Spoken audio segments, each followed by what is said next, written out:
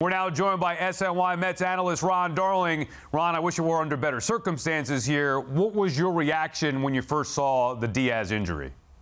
You know, Sal, I saw it live last night, and I was, emotional when I saw him lying on the ground. And as a guy that used to be on the field, you knew exactly it was serious for something like that to happen, and for him to sit on the ground and then barely be able to get to the sidelines, even with the help of his teammates. I was kind of shaken, to tell you the truth, not only, of course, for the Mets ball club, but more importantly for Edwin. Here he is in the prime of his career, ready to put 3, 4, 5 years together that will put him up with some of the best closers of all time, and he's out for the year. Is it possible, Ron, for the Mets to replace a guy who seems irreplaceable on that roster?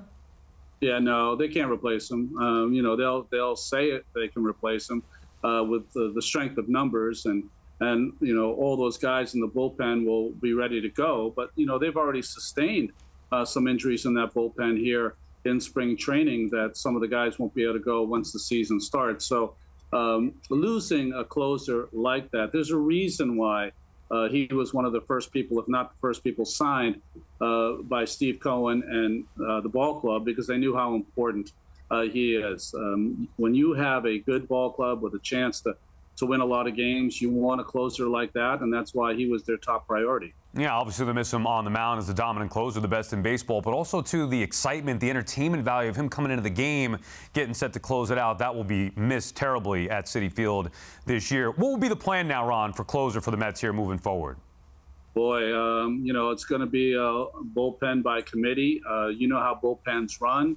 Sometimes guys get hot for a season. I think Ottavino is going to play a big part in getting big outs. I think Brooks Raley, when he comes back, he's a seasoned pro, and let's say you have to face a Philadelphia lineup where Bryce Harper's leading off, maybe Raley gets the ball in the 9th inning. I think it's going to be by committee unless they go out there and get someone else.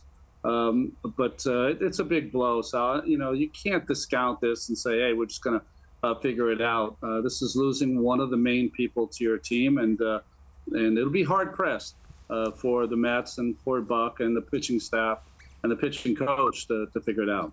How about just the impact of the feel of it, Ron, right? Like, as a fan, you feel that gut punch, and the season's not over. It's obviously terrible news, but you still feel now sad as opposed to excited for opening day 2 weeks away. How do you, as a player, prevent that, discouraging feeling, that devastating blow from sinking in and the negativity creeping in that clubhouse?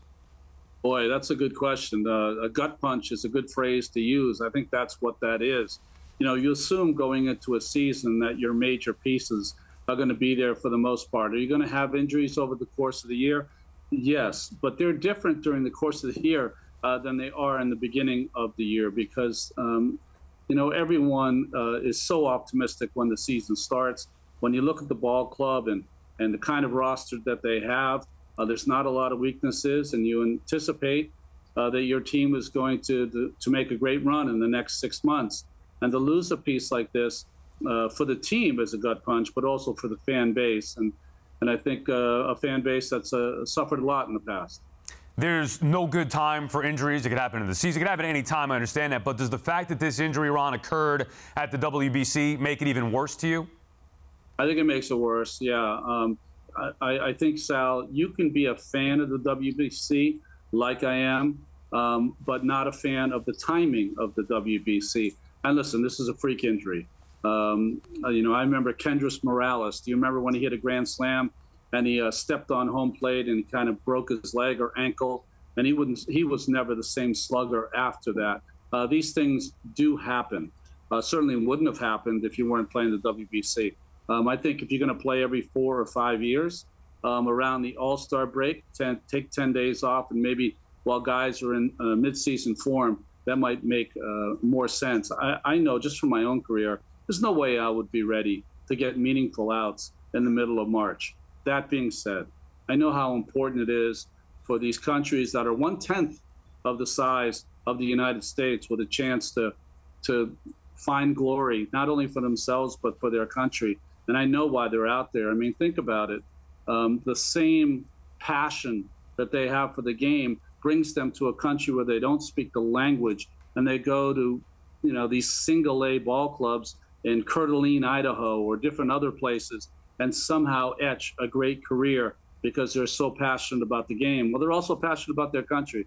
So I understand why they're going. I just think the timing of the WBC lends itself to, if not Edwin Diaz's freakish injury, an injury maybe that is down the line.